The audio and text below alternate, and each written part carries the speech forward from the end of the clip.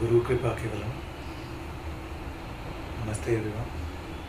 Very warm welcome to Satsang today. Sadguru Shri Muji Baba ki Jai.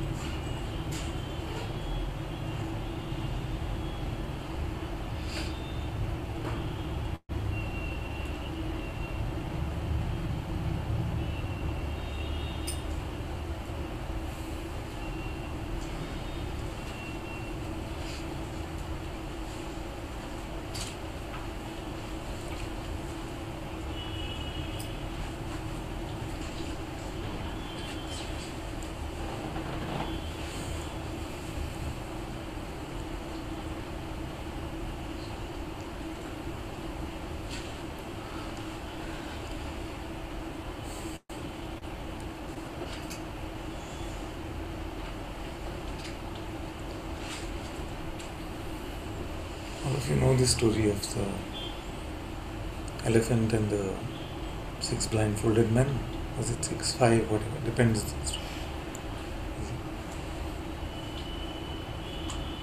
So each from their perspective is right.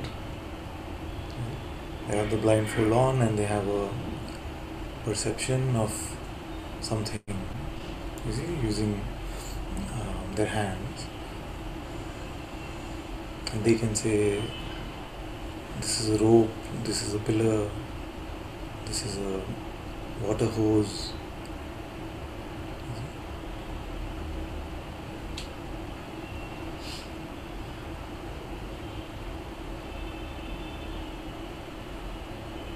And no amount of further inferences, deductions can get them to the truth. The only way for them to recognize what it actually is to get the blindfold off.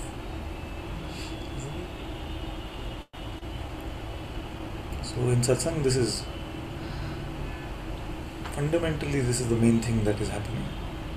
That all of us can have a certain perspective, some can have a devotional perspective, some can have a Advaita perspective, some can have all these variations. In each of these there are hundreds of thousands of variations. But really to go beyond our deductions and our inferences and our judgments,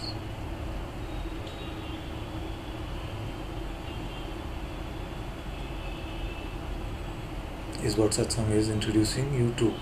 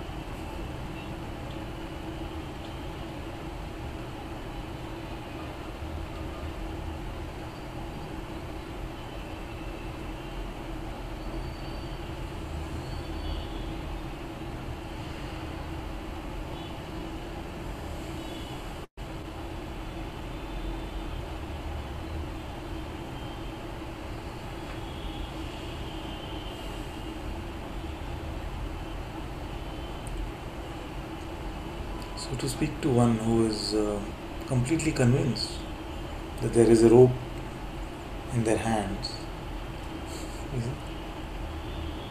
and to tell them no, it's actually a pillar, it can be quite a futile task, isn't it? So trying to convince others of our individual perspectives adds to much of the struggle in our human existence. Especially all these relationship struggles are because of that, because we are looking at it from a different perspective, and others looking at it from a different perspective, and try to convince each other that this is true and this is not true. Leads to all this strange conflict.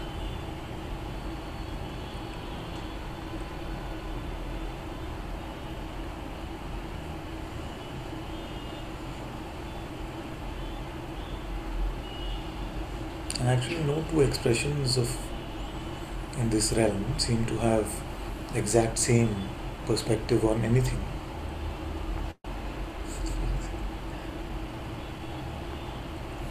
So what is the way out?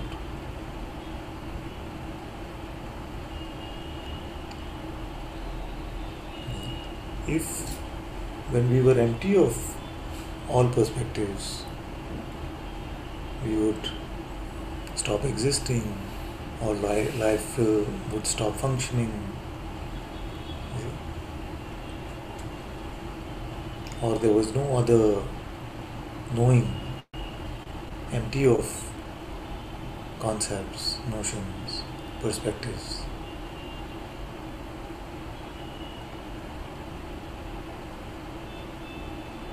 then there would be no escape from this.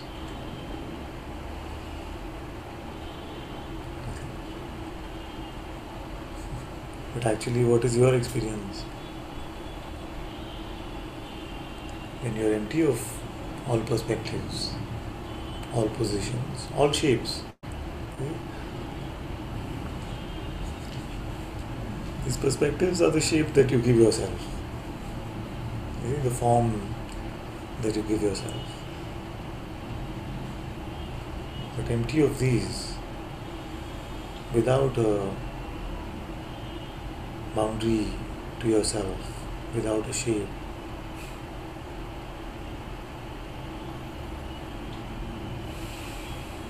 what has changed?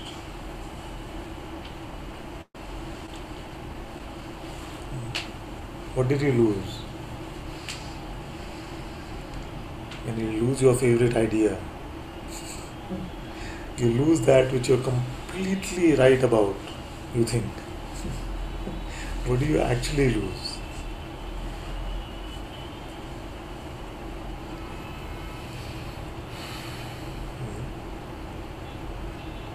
We were speaking to a yoga teacher that day, and the yoga teacher said, in yoga they say, yoga is the cessation of mental fluctuation, chitta vritti nirodha. And we were saying, so what is this vritti? And he said, very interesting answer. He said, it's all this knowledge. I was not expecting that. He said, all this knowledge, all these things that we think we know.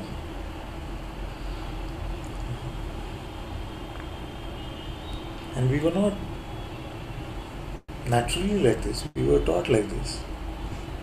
And when we protested and said, why do I have to learn all this stuff? We were told that you need this to live your life. Without this, how can you live your life? Isn't it? So now the protest that comes is the reverse, isn't it? When it's satsang, you hear, okay, let go of everything that you think you're right about. Let go of your perspective. The protest is, but how will I live my life? Because that has been the condition on which we agreed to learn all this stuff anyway. That I'm learning all this. I'm coming into this limited, unnatural sort of state of being. Because being can live its life only on the basis of this knowledge. So when the master is saying that as my Guru Dakshina, I want you to hand over everything you think you know, you have this fear that how can I live my life?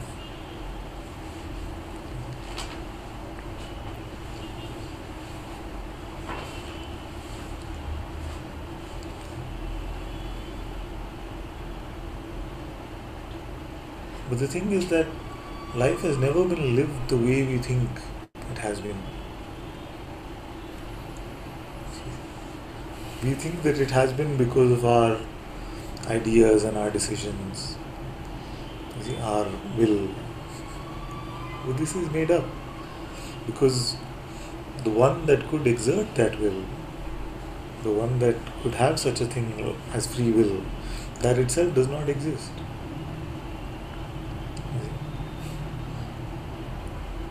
So it's not a volitional play. It's not a play full of choice. It is just like a movie unfolding. Then at best we can say it unfolds as is the will of the projective light. Whether you call it consciousness, whether you call it the supreme intelligence, whatever we call it. So it has not been led in the way that we think it has been led.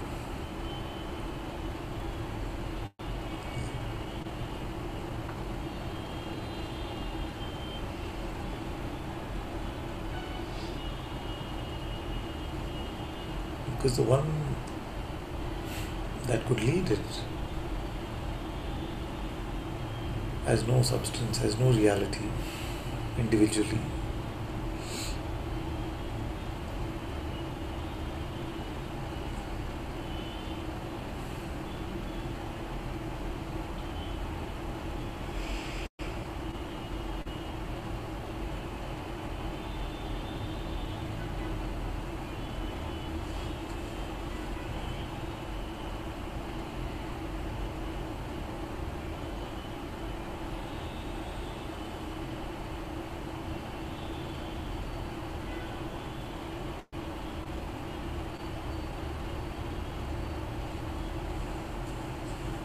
And as these notions of me and other start to dissolve,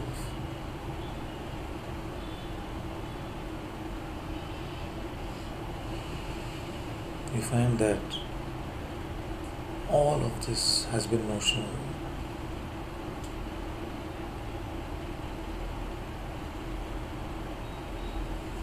The other day, I shared in Satsang, and then Govind gave a very nice report about this, which I enjoyed. He said, Father, when you started saying about inside, outside being notions, I felt like it's a bit philosophical or too much or something like that, just conceptual. But he said that when I actually looked, I saw that this is really strong, really powerful to see that there is no distinction actually between inside and outside. And as you really start to explore these things, you will see that you have no idea what it means when you say outside. Outside of what? The outside of me. But then that you make a boundary about you to your body. And really this is irking you somewhere, because if you really, like I was telling this one the other day, that if you truly believe that you are the body, truly believe you are the body, why would you be in Satsang of all places? Nothing here for the body. So already there's a sense that you are not this. Now you also find, as you explore things like your attention and things like this, you will see that it cannot leave you. So when you say, I'm bringing my attention to the street and the sounds there, where is all of that happening? It never leaves you. So we're very convinced about the outside, and many of us feel like we're very sure even about what is inside, but we don't know this.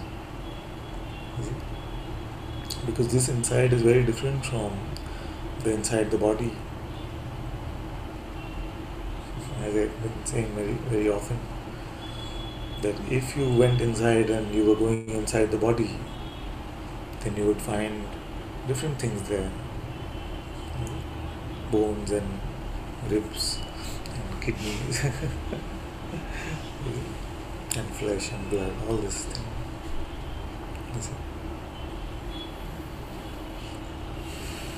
So it is not really that important to make a conclusion that there is no distinction between outside and inside. What is more important is to admit to yourself that you really don't know. You see what it is.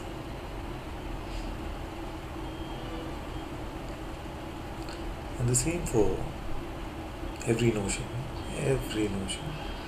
See, same for everything.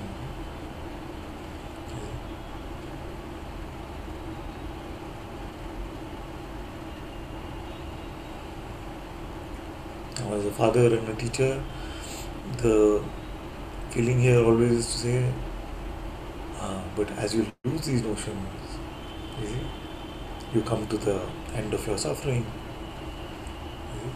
or you come to a true recognition of what you are.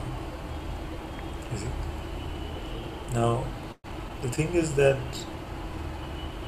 even these are notions, because conclusions.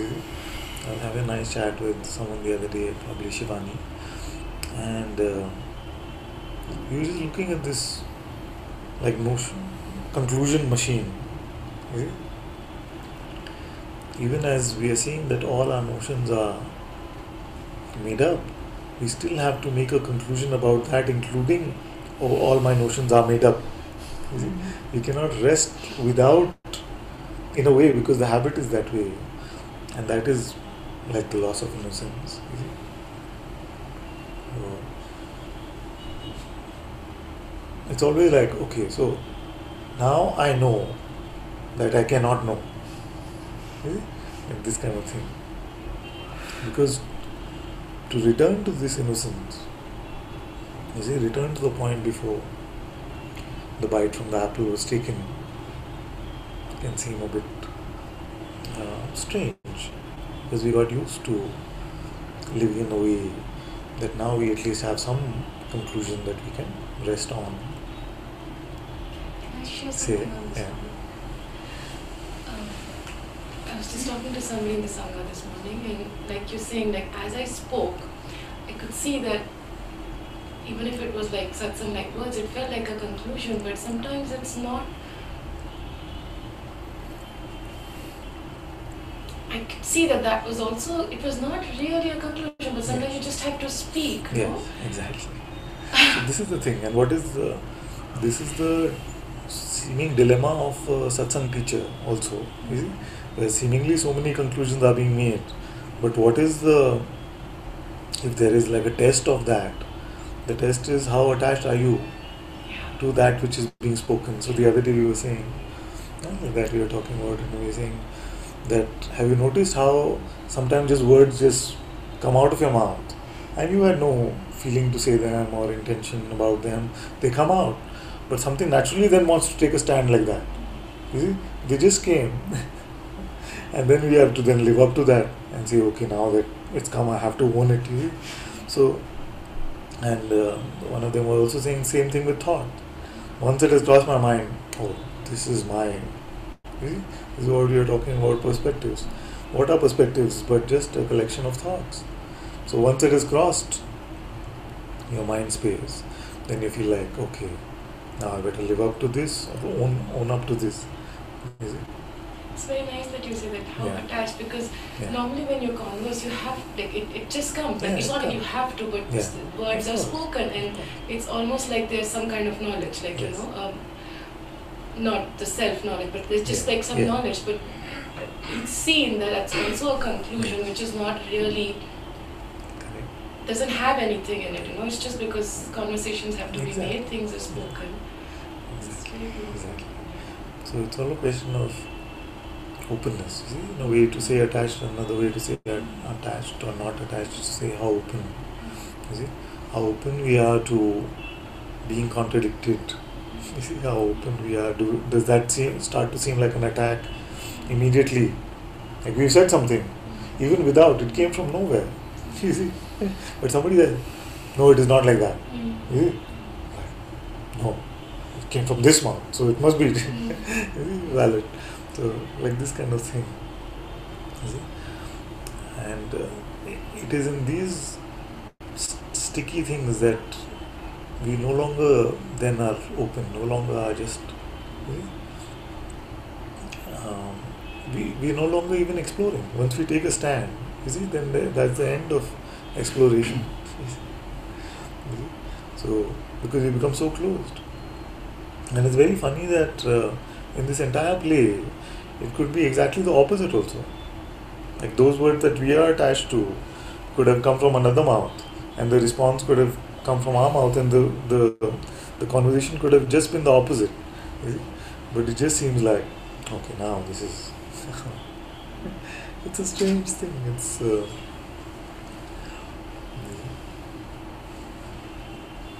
have something to yeah, closer so everyone can hear. I don't know. As I'm just looking, like I feel that you're pointing us to something without concepts, and of course sometimes we kind of lash onto concepts straight away to go away from concept A. I mean, we all know that. And then like this inside outside, it can be well, labeled, this is inside the body, and the rest is outside the body, and this outside of me. Or I can then, in a way, replace it with a label. No, it's all inside, because I all perceive it. Label. Yeah. That's also a label, and we all see that, but that's how the mind is functioning. Yes. And it's very Advaita. Very much. And then what I just find is like, then first of all, to see it in the moment that actually there is investment in it, there is some belief, because the labels come, and then there's a little bit of belief in it, because now you found something which is more true, right? But I find it in a way, it's strange, because it seems to get more belief if you speak about that. You know, if you would share, if I would like share with a Sangha sister, and I say, of course it's all in me, you know, then it takes like some shape. So I think that's why Guruji says, just be quiet, you know, like I just feel like even if I talk to myself, like let's say in my mind, and say, oh yeah, look, it's all inside of me, I also give it belief in a way, you know, and then it's not exploring, as you said. I just report that. No, this is good, because I have noticed that, who was saying the other day, that my thoughts are okay because nobody else can hear them, it's fine. But when I say these words, then I have to live up to that, or like own them. Who was saying, maybe one of you. So it's just like, Shanti. So it is like that. Like once we take a stand, like in relationships, in the Sangha, and say, okay, this is how it is. It is all inside me. Yeah? Somebody comes and says, but there is no inside. No, it is all inside me. Come, can't you see it? Like we have to, in a sense, then own that. You see, it can feel like that. So, but I would recommend that we don't even take a stand like, okay, therefore, then the best thing to do is then keep quiet or something. You see, because then even that is a conclusion. Like the best thing for what? You see? Best thing also implies that there is somewhere to get to, something to do. Well, the best thing to have less concepts to lash on.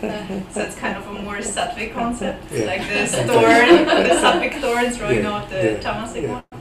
Just one is okay for everyone. One sattvic thorn is enough. That's good, but I would be happy with what you're saying, that if there was really a choice between be quiet, keep quiet, and okay, just keep sharing every insight you're having, maybe for a while I'd say, okay, better to just be quiet. I didn't just mean like just in exchange. I see that you know it's like also manifesting when you speak, but also when you speak it, or when you actually speak it inside the mind. Okay, so let's do one thing. I'll take your position, you take mine. It's a bit difficult. I'll say. So now, the best thing to do for anyone then is to just keep quiet. Okay, I see. Now you say. Yeah, but isn't that also a position? Yes. And the more you'll say about it, the more you'll start to own it. You see, you just feel like, it can't be open if it's a position. I'm giving you tips. And what would you say then if you were me? I would say be quiet. You're telling me to be quiet. I'm my child. She's good at this role play thing. What is the role play you were doing the other day? The pizza. The pizza guy? The mind.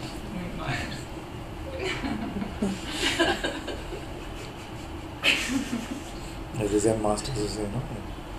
You have spoken enough. Now bow and withdraw. My child. You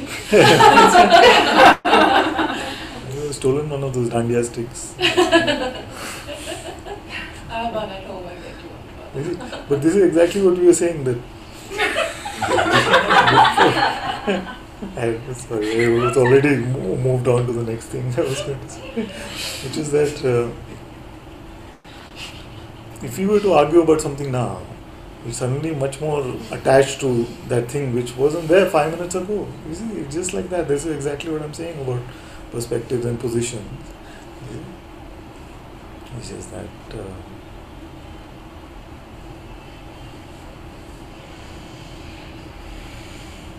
this sort of conclusion-making system that we get used to, then you feel like, but on this, then now I can rest. On this, now I can rest.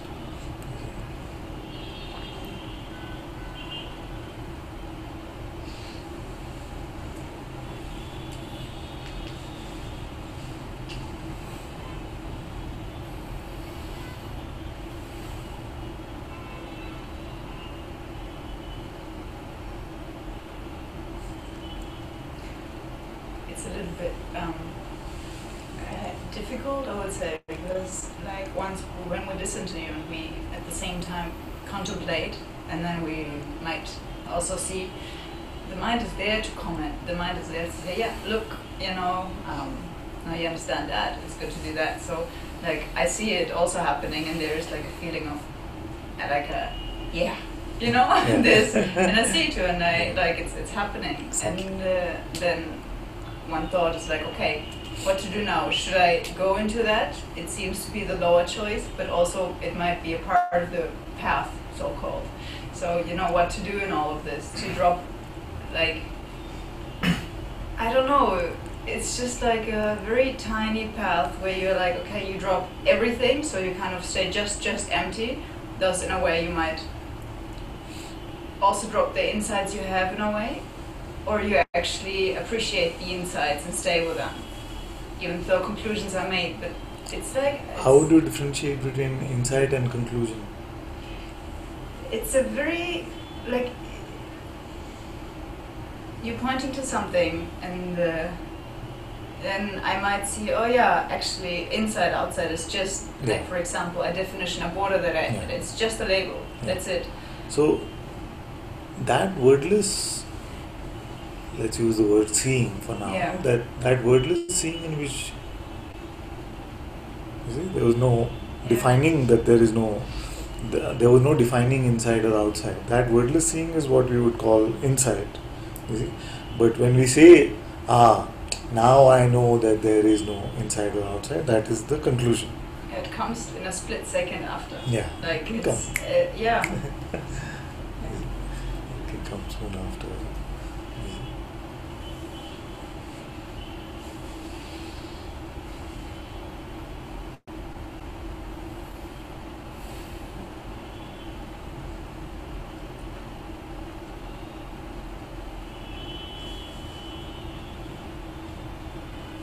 And I think especially with these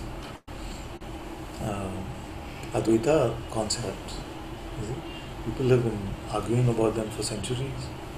Like one sage will say, all of this appearance is within consciousness. This is the play of consciousness, Chidvilasa. Another will say that there is no such thing as Maya. It both exists and doesn't exist. Like Shankara would say, none of this has ever happened, but we can't even say that. We cannot say anything about the existence or non-existence of this. So it is not about which sides we pick, because that naturally will unfold. Like I see this mouth generally talking about the play of consciousness, this kind of thing.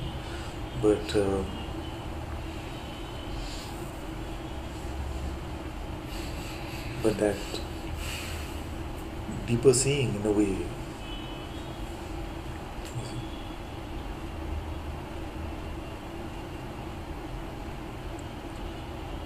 like there's a resting in this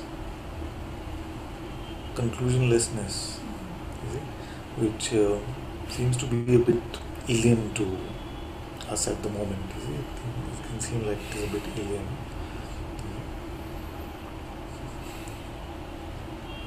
So that's why all these methods, the method of inquiring into our conclusion and seeing, but this is not valid, this is not valid, this is not valid, it is not valid, its opposite is not valid.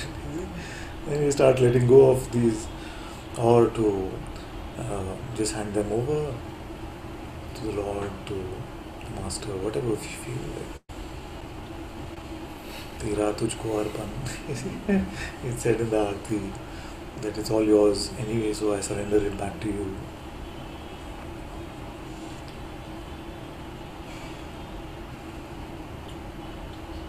So the thing is that why I've been saying just one thing, I'm not fanatical about it. You can have two. But the thing is, very quickly then we start making a museum for these pointers. We start, like Guruji would say, we start making tattoos out of these things. So that's like a little bit, whatever does the cleanup job is enough. Otherwise it can feel like I'm getting to true spirituality by making a nice museum to the best spiritual concepts that I think are true, or something like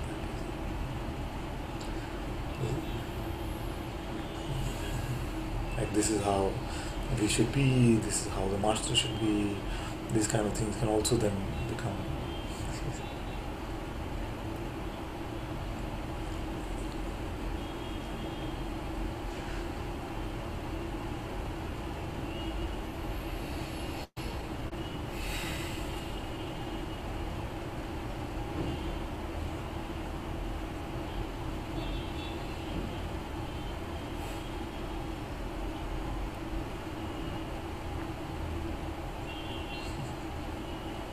Like she was saying earlier that the activity in life continues.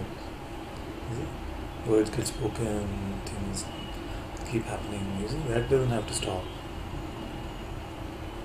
But it is how much ownership we are taking of just specifically what is happening through just a limited appearance.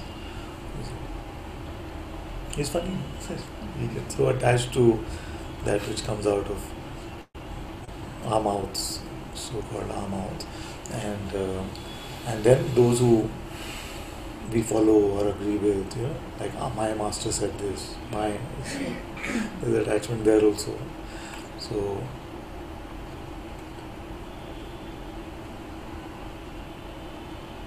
but it's all just appearances of sound. It's like in the space of our existence, some sounds are being heard.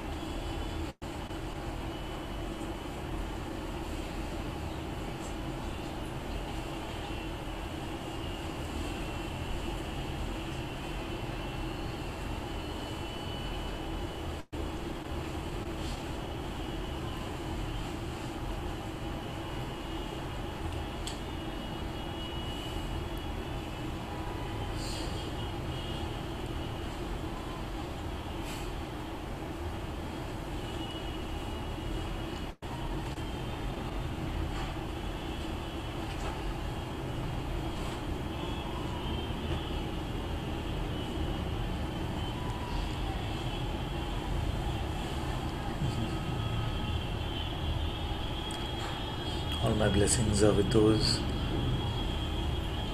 All my blessings are with all of you, and also with those who've asked for them on the chat.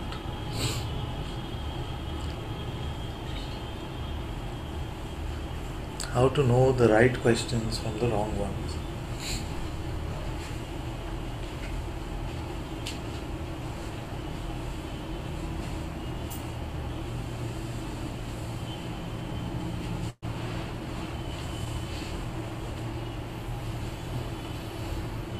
In the Satsang context, if you're speaking over from the Satsang context, actually I won't say the right question or the wrong question.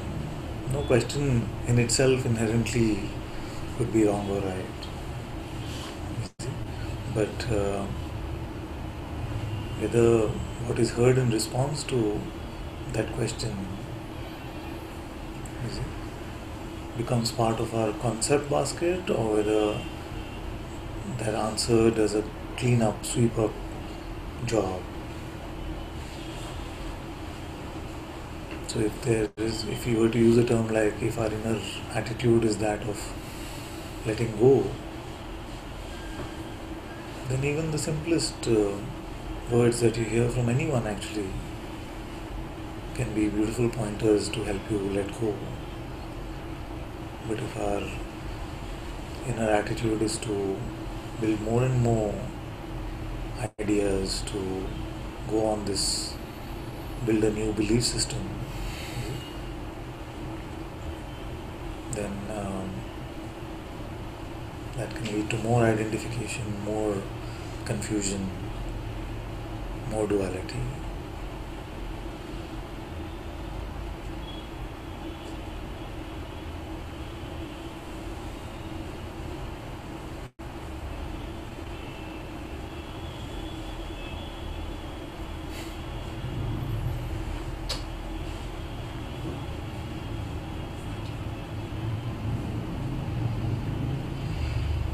Like there's a beautiful story about Dogen, and there are many versions of this story, so I don't know which one you would have heard, but this is the one that is coming up now. So Dogen, he met this old kitchen monk. He was a monk taking care of the kitchen, and so Dogen tells him, what are you doing? You're cooking all this, and you should be doing meditation and come to some true recognition of your truths. So the old monk told him that you don't know what you're talking about. You have no idea about what the teachings are. So then Dogen got a bit shaken up. So he says, what are the teachings? Or what is the true pointing? And the old monk starts laughing and says, 1, 2, 3, 4, 5.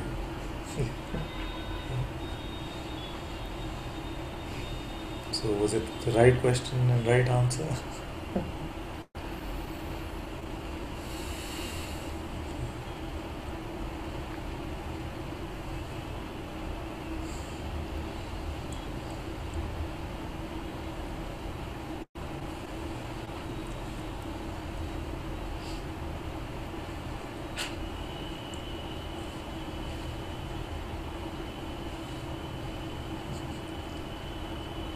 I've been saying that the words the mother uses to wake up her child from sleep is really not of that much importance as we think it is.